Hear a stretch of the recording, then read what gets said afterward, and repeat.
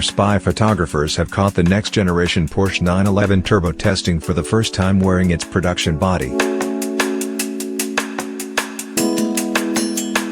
Expected to debut sometime this year, the next generation of Porsche's iconic sports car will feature an evolutionary exterior design and feature some new elements that should help differentiate it from the car it replaces. The biggest giveaways that this particular prototype is a 911 Turbo are the square-shaped quad exhaust tips and the wide rear fenders.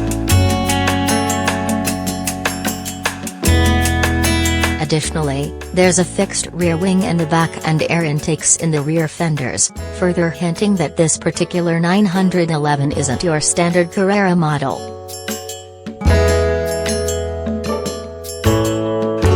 Some new design cues like the double LED daytime running light strip up front and a slightly revised front fascia further indicate that this is the next generation model. Powering the next generation 911 Turbo will likely be a twin-turbocharged flat 6, possibly displacing 3.8 liters like the current model. Power output isn't known yet, but 600 horsepower isn't out of the realm of possibility considering the current generation 911 Turbo S already pumps out 580 horsepower and the bonkers 911 GT2 RS makes well over 600 horsepower with the same 3.8-liter unit found in the 911 Turbo and Turbo S models. Porsche's 8-speed PDK dual-clutch automatic transmission could also find its way into the 911 Turbo for the next generation.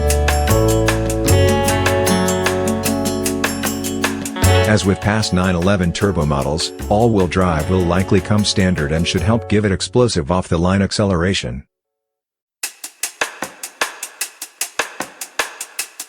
Earlier this year, we also spied the next-generation 911 Cabriolet with the top down and a rear end that's more bulbous, hinting at possible upgrades to the car's powertrain.